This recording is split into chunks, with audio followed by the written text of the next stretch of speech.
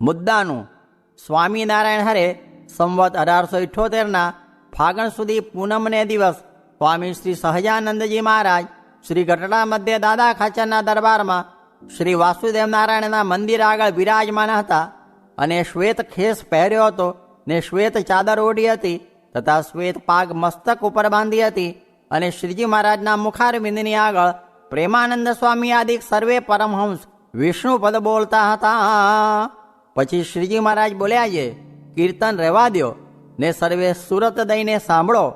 એક વાત કરીએ છીએ જે જેટલા કલ્યાણને અર્થે વ્યાસજીએ ગ્રંથ કર્યા છે તે સર્વે સુરત રાખીને અમે સાંભળ્યા.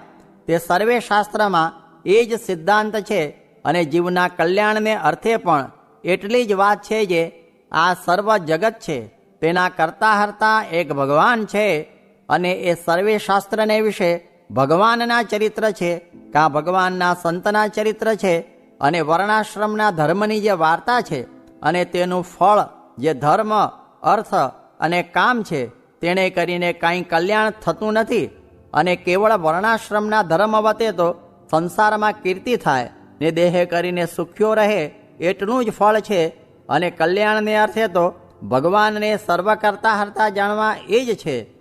અને જેવું પરોક્ષ ભગવાનના રામકૃષ્ણાદિક અવતારનું મહાત્મ્ય જાણે છે તથા નારદ સનકાદિક શુકજી જળભરત હનુમાન ઉદ્ધવ ઇત્યાદિક જે પરોક્ષ સાધુ તેનું જેવું મહાત્મ્ય જાણે છે તેવું જ પ્રત્યક્ષ એવા જે ભગવાન તથા તે ભગવાનના ભક્ત સાધુ તેનું મહાત્મ્ય સમજે તેને કલ્યાણના માર્ગમાં કાંઈએ સમજવું બાકી રહ્યું નહીં. તે આ વાર્તા એક વાર કહે સમજો અથવા લાખ વાર કહે સમજો, આજ સમજો અથવા લાખ વર્ષ કેડે સમજો, પણ એ વાત સમજે જ છૂટકો છે. અને નારદ સનકાદિક શુકજી બ્રહ્મા શિવ એમને પૂછો તો પણ ડાયા છે. તે અનેક વાતની યુક્તિ લાવીને પ્રત્યક્ષ ભગવાનને પ્રત્યક્ષ સંત તેને જ કલ્યાણના દાતા બતાવે. અને જેવું પરોક્ષ ભગવાન ને પરોક્ષ સંતનું મહાત્મ્ય છે તેવું જ પ્રત્યક્ષ ભગવાન ને પ્રત્યક્ષ સંતનું મહાત્મ્ય બતાવે. અને એટલો જેને દૃઢ નિશ્ચય થયો હોય તેને સર્વે મુદ્દો હાથ આવ્યો અને કોઈ કાળે તે કલ્યાણના માર્ગ થકી પડે નહીં. જેમ બ્રહ્મા શિવ બૃહસ્પતિ અને પરાશરાદિક તે કામાદિકે કરીને ધર્મ થકી પડ્યા તો પણ પ્રત્યક્ષ ભગવાન ને પ્રત્યક્ષ સંત તેનો પરોક્ષના જેવો જો મહાત્મ્યયુક્ત નિશ્ચય હતો તો કલ્યાણના માર્ગમાંથી પડ્યા નહીં. માટે સર્વશાસ્ત્રનું રહસ્ય આ વાર્તા છે. અને તે જ દિવસ સાંજને સમયે સ્વામી શ્રી સહજાનંદજી મહારાજ શ્રી ગઢડા મધ્ય દાદા ખાચરના દરબારમાંથી ઘોડીએ ચડીને શ્રી લક્ષ્મીવાડીએ પધાર્યા હતા ને ત્યાં આંબાના વૃક્ષ હેઠે ઓટા ઉપર ઢોલીએ વિરાજમાન હતા અને શ્વેત ખેસ પહેર્યો હતો ને શ્વેત ચાદર ઓઢી હતી ને શ્વેત પાગ માથે બાંધી હતી ને તે પાગને વિશે પીળા પુષ્પનો તોરો વિરાજમાન હતો અને કાન ઉપર મોગરાના પુષ્પના ગુચ્છ વિરાજમાન હતા અને કંઠને વિશે મોગરાના પુષ્પનો હાર વિરાજમાન હતો અને પોતાના મુખારવિંદની આગળ મુનિ તથા દેશ દેશના હરિભક્તની સભા ભરાઈને બેઠી હતી. પછી શ્રીજી મહારાજ બોલ્યા છે, સાંભળો, તમને એક પ્રશ્ન પૂછીએ. જે જીવને સ્વપ્ન અવસ્થાને વિશે જે સ્વપ્નમાં સૃષ્ટિ દેખાય છે અને તે સ્વપ્નની સૃષ્ટિના જે ભોગ તેને જીવ ભોગવે છે તે એ સૃષ્ટિ રૂપે તે જીવ પોતે થાય છે કે એ જીવ પોતાના સંકલ્પે કરીને સ્વપ્નને વિશે એ સૃષ્ટિને સૃજે છે?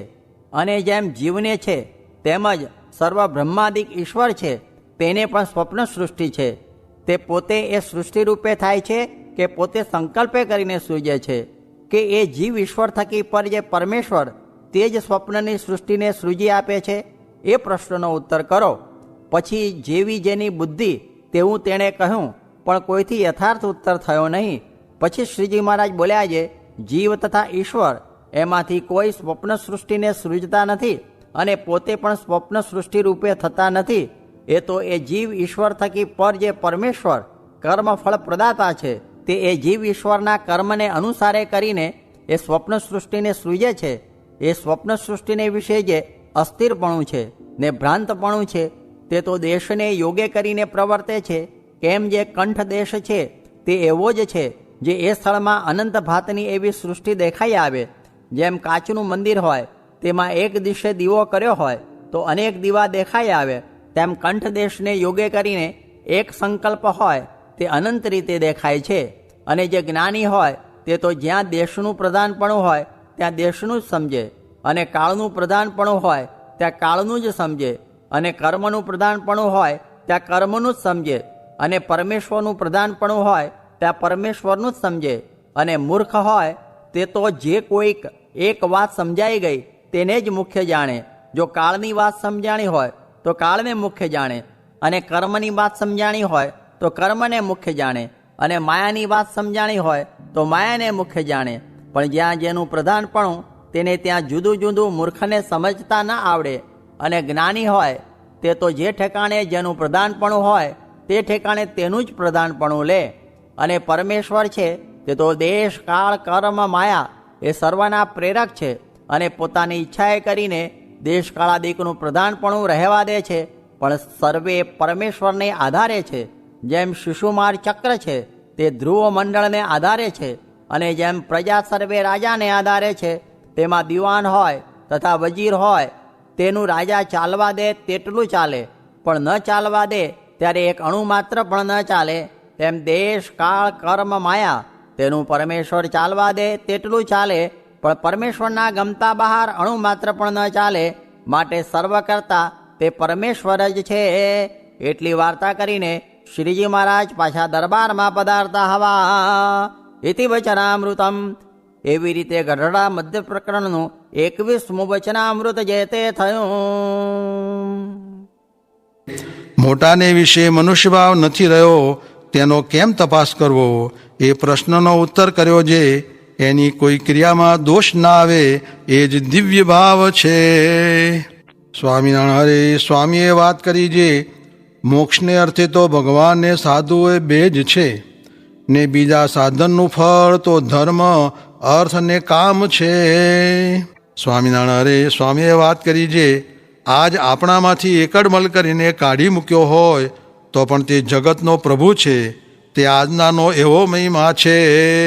સ્વામિનારાયણ હરે સ્વામીએ વાત કરી જે જેનો સમાગમ મળવાની પ્રાર્થના કરે છે તેનો સમાગમ ભગવાને આપણને હાથોહાથ આપ્યો છે. સ્વામિનારાયણ હરે સ્વામીએ વાત કરી જે મહારાજને આ સાધુ સર્વેથી પર છે ને સમર્થ છે, તો પણ વેદની તંતીમાં રહે છે, પણ બીજા અવતાર જેવા ચરિત્ર કરતા નથી.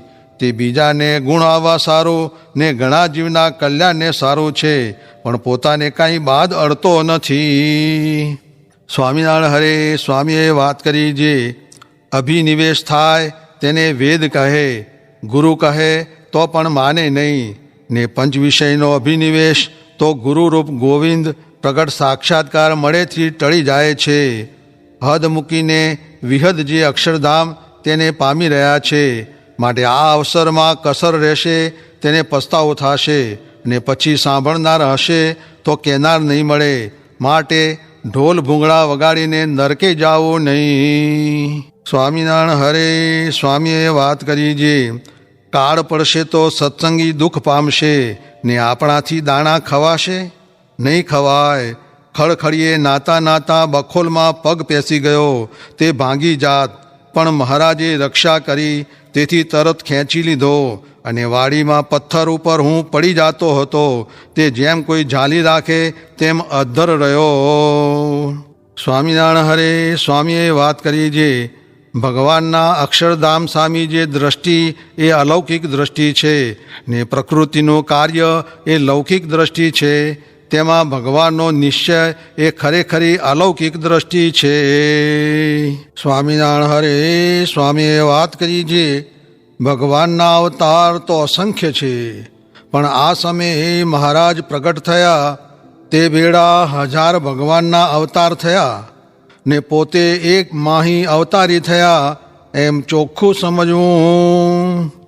સ્વામિનારાયણ હરે સ્વામીએ વાત કરી જે શ્રીજી મહારાજે સંતને પોતાનો રહસ્ય અભિપ્રાય કહ્યો જે કોટી સૂર્યના તેજથી કોટી ગણું તેજ વૈકુંઠના મુક્તમાં છે, ને તેથી કોટી ગણું તેજ તે ગોલોકના મુક્તમાં છે, ને તેથી અનંત કોટી ગણું તેજ તે અક્ષરધામના મુક્તના રોમને વિશે છે ને તેથી અનંત કોટી ગણું તેજ તે અક્ષરધામની જે ભૂમિ તેમાં એક સોપારી રહે એટલા દેશમાં લીન થાય છે ને અનંત અપાર જે અક્ષરધામનો પ્રકાશ તે સર્વેને ભેળો કરીએ તો સર્વ અવતારના અવતારી જે શ્રી હરિકૃષ્ણ પૂર્ણ પુરુષોત્તમ તેના એક રોમના કોટીમાં ભાગની બરોબર નથી આવતો એવી દિવ્ય મૂર્તિ તે તેજ ઐશ્વર્ય પ્રતાપ બળ કીર્તિ એવા અનેક દિવ્ય ગુણે યુક્ત સ્વરાટ ને સત્ય સંકલ્પ છે ને દિવ્ય કર્તા શક્તિ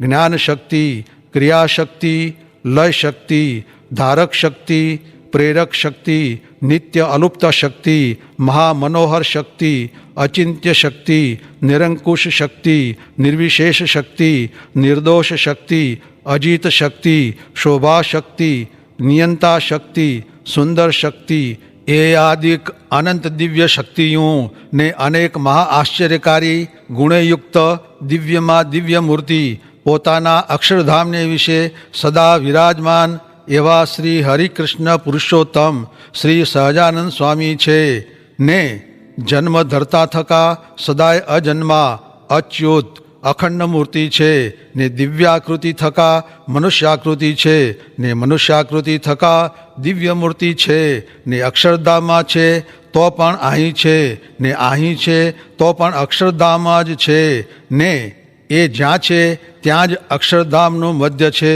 ને ઔદાર્ય ગાંભીર્ય માધુર્ય વાત્સલ્ય સૌશીલ્ય જ્ઞાન બળ તેજ રસ ગંધ એ આદિક મહાઆશ્ચર્યકારી દિવ્ય ગુણે યુક્ત સર્વોત્તમ શ્રી સહજાનંદ સ્વામી પુરુષોત્તમ છે તે પોતાના અક્ષરધામને વિશે અનેક મુક્ત ને અનેક શક્તિઓ તેમણે સેવ્યા થકા સદાય વિરાજમાન છે ને પોતે પોતાના સુખે કરીને સુખ્યા છે ને અક્ષરાદિક સર્વે ઉપર દયા કરીને એમની સેવાને અંગીકાર કરે છે ને પોતે તો સર્વે પ્રકારે નિર્દોષ છે ને પૂર્ણ કામ છે ને અનંત અક્ષરાદિક મુક્ત ને અનંત શક્તિઓ ને અનેક વિભૂતિઓ અને અનેક ઐશ્વર્ય ને એ સર્વે સેવ્યા થકા અનાદિ નિત્ય સિદ્ધ અનવધિકાતિશય ને નિરંકુશ દિવ્ય એવું ઐશ્વર્ય તેણે યુક્ત થકા